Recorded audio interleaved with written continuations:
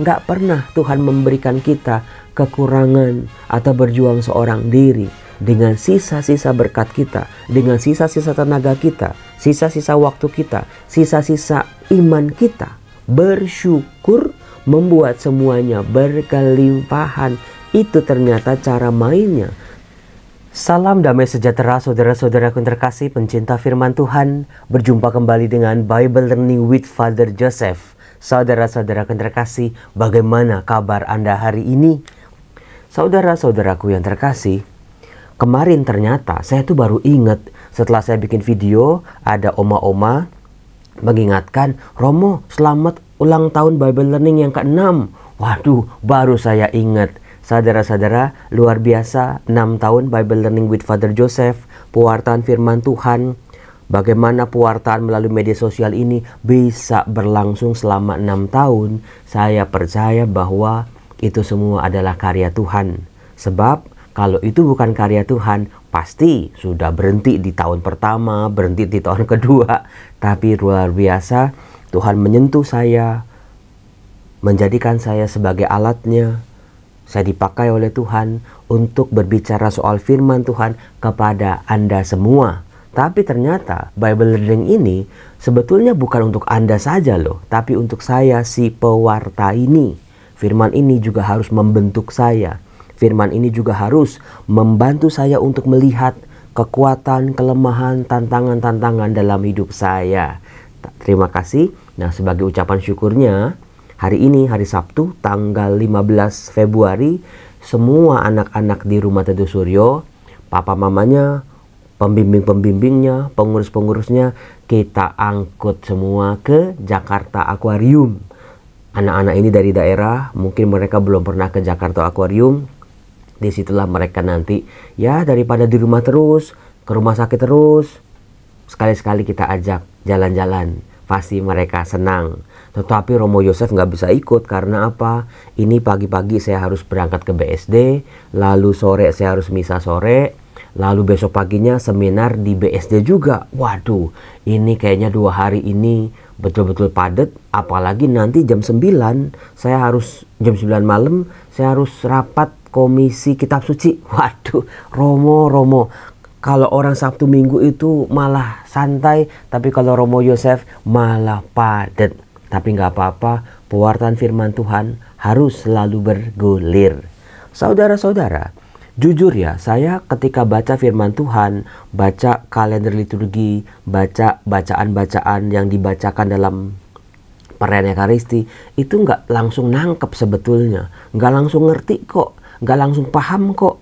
Karena begini, kalau teks-teks itu dibaca sendiri, misalnya bacaan pertamanya dibaca sendiri, bacaan Injilnya dibaca sendiri, bacaan Mazmurnya dibaca sendiri, itu jauh lebih mudah sebetulnya.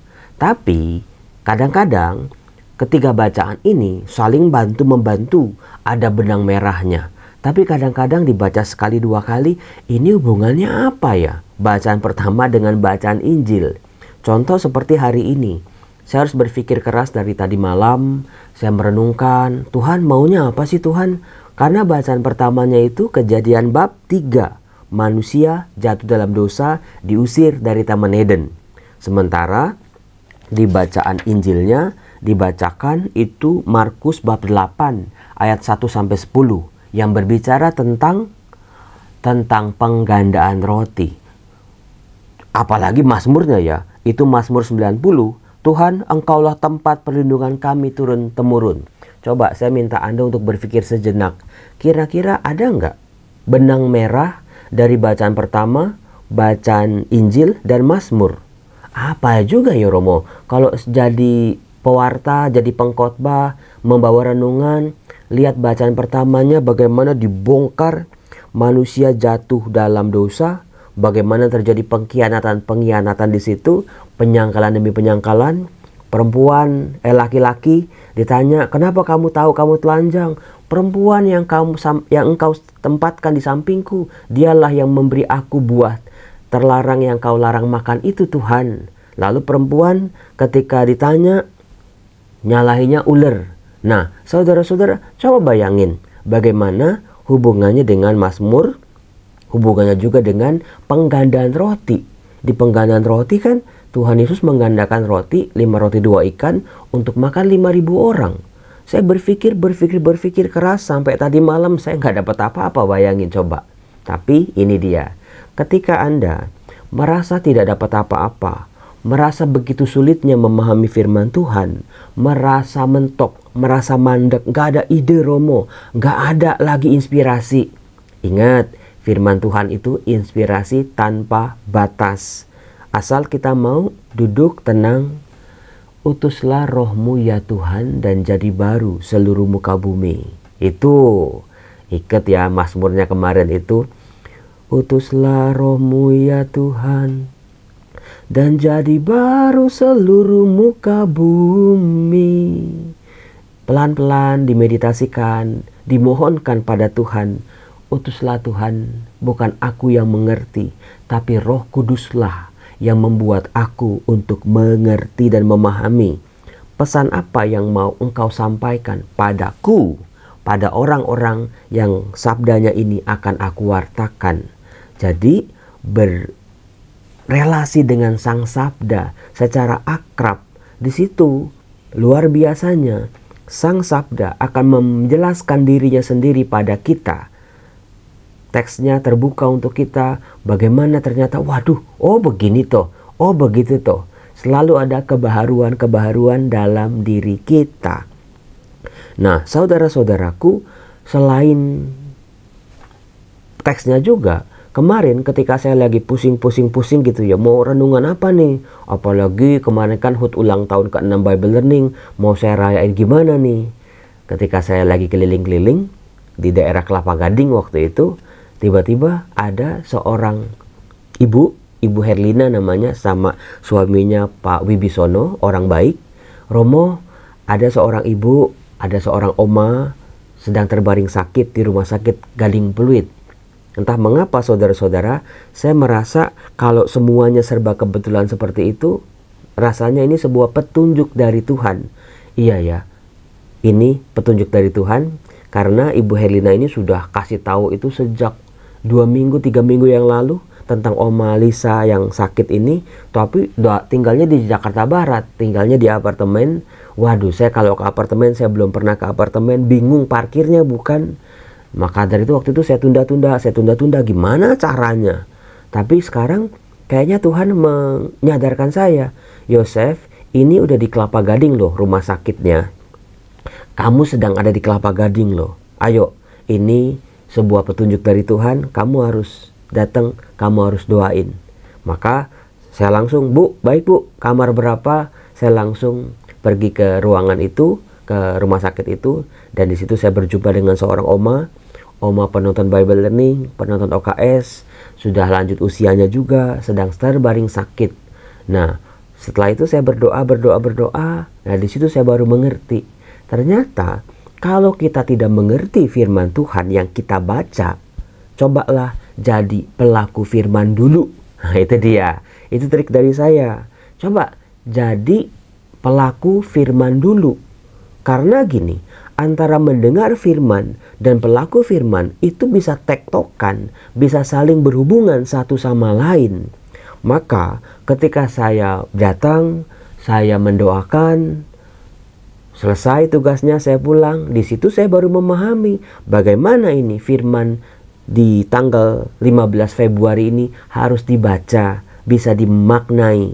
Karena pengalaman kita berjumpa dengan pengalaman kasih, menghadirkan kebaikan. Ingat, Sang Sabda itu adalah kasih itu sendiri. Sang Sabda adalah sumber kebaikan. Maka kalau kita menjadi pelaku firman, misalnya apa? Oh, mengampuni, berbagi, rendah hati, misalnya mendoakan orang, menjadi pelaku firman, kita dengan mudah semakin mendekatkan diri pada Sang Firman. Jadi itu triknya ya. Yang pertama tadi, duduk tenang. Utuslah rohmu ya Tuhan dan jadi baru seluruh muka bumi. Itu yang pertama triknya. Yang kedua, coba menjadi pelaku firman. Saya mau melakukan kebaikan-kebaikan, melayani, mendoakan orang-orang sakit. Di situ kita semakin mengerti. Jadi bukan cuma dari kata-kata firman Tuhan, Kita memahami pengalaman-pengalaman kita, dibalik juga bisa. Dari pengalaman-pengalaman kita, membantu kita untuk melihat, membaca, memahami firman Tuhan. Nah, barulah saya melihat di situ kaitan benang merah antara bacaan pertama dengan bacaan Injil. Bagaimana dalam bacaan pertama, manusia jatuh dalam dosa, manusia terusir dari Taman Eden. Karena masalah ini, karena peristiwa ini, manusia harus bersusah payah mencari rezekinya bukan, mencari nafkahnya bukan, perempuan akrab dengan kesakitan waktu melahirkan bukan, waktu membesarkan anak, orang tua, suami, istri, anak, hidup dalam keluarga, harus bersusah payah karena sebuah ketidaktaatan. Ternyata ketidaktaatan manusia, dosa manusia membawa manusia berkenalan pada yang namanya penderitaan, bahkan kematian, bahkan kesulitan-kesulitan hidup, bersusah payah dalam hidup. Nah, setelah itu, kalau kita beranjak ke bacaan Injil, bagaimana manusia yang bersusah payah mencari rezekinya untuk makanannya, tanah, di mana manusia harus mengolah tanah sebagai salah satu hukuman dari Allah karena jatuh dalam dosa, ternyata dipulihkan oleh Tuhan Yesus. Kata-kata inilah pemulihan, dipulihkan. Itu saya dapat ketika saya mendoakan orang sakit. Keadaan si oma yang sakit, saya mohon pemulihan. Tuhan, Engkaulah yang memulihkan. Engkau yang menciptakan kita, kami semua. Engkau jugalah yang mampu memulihkan keadaan-keadaan manusia dengan berbagai macam kesulitan, berbagai macam tantangannya, berbagai macam penderitaan-penderitaannya. Di situ baru saya ngerti, waduh, ternyata mukjizat penggandaan roti bukan cuma 5 roti 2 ikan, Tuhan Yesus mengucap syukur lalu dibagi-bagikan sisa 12 bakul. Ternyata kisah penggandaan roti dalam Markus bab 8 adalah salah satu karya Yesus. Bukan cuma memberi makan orang-orang lapar ini, tapi memulihkan keadaan manusia sebagai sebuah ungkapan betapa maha pengampunnya Bapa. Manusia yang jatuh dalam dosa karena dosa asal dalam diri Yesus dipulihkan. Mari kita baca Markus bab 8 ayat 1 sampai 10. Dikatakan, sekali peristiwa sejumlah besar orang mengikuti Yesus. Kali ini saya yakin Anda sudah paham ya. Orang banyak di sini pasti orang-orang Yahudi, orang-orang Israel, termasuk juga orang-orang bukan Yahudi. Karena sampai di Markus bab 8 ini, orang-orang non-Yahudi, orang-orang bangsa-bangsa lain sudah mulai percaya pada Yesus. Maka bisa dibayangin ini, betapa banyaknya orang-orang yang mengikuti Yesus pada waktu itu.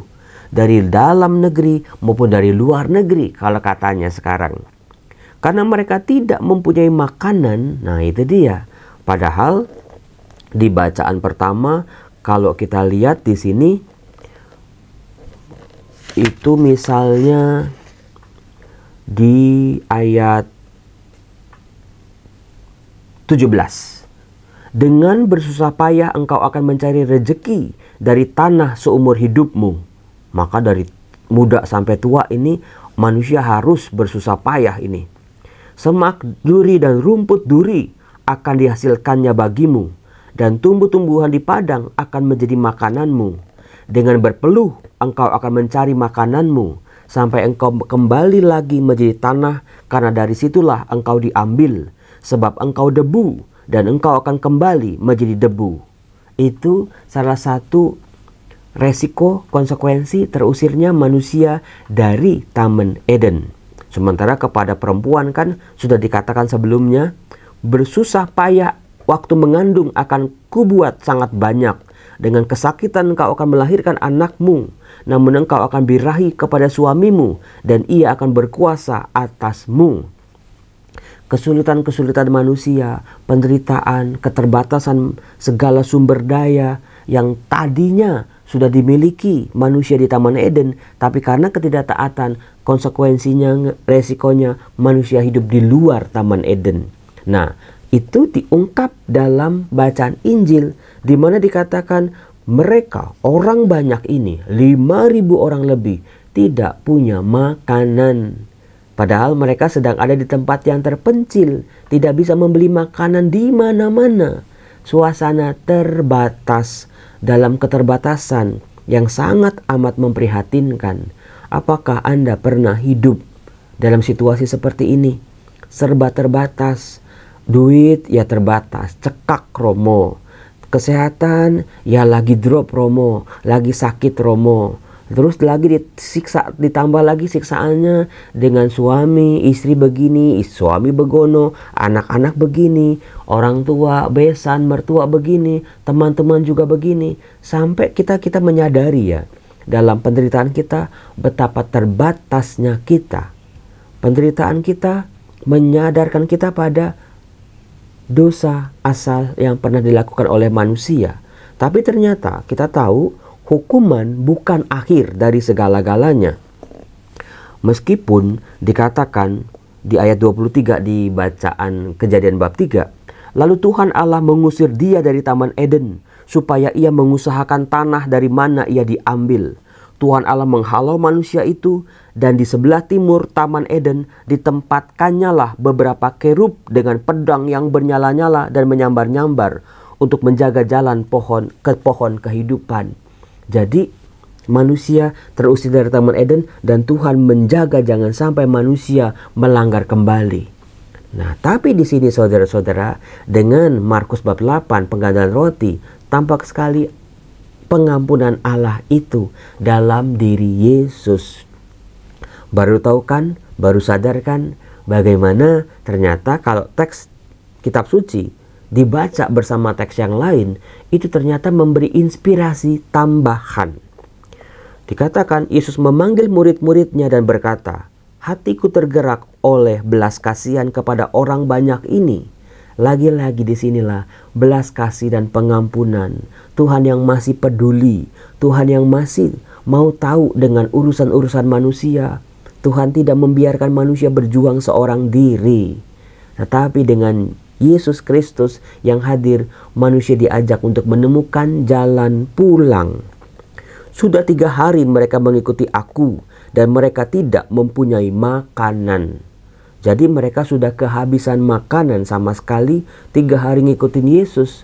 Meskipun mereka membawa bekal, bekalnya pun sudah habis bahkan menipis. Jika mereka kusuruh pulang ke rumahnya dengan lapar, mereka akan rebah di jalan sebab ada yang datang dari jauh. Apakah saudara-saudara perhatikan di sini?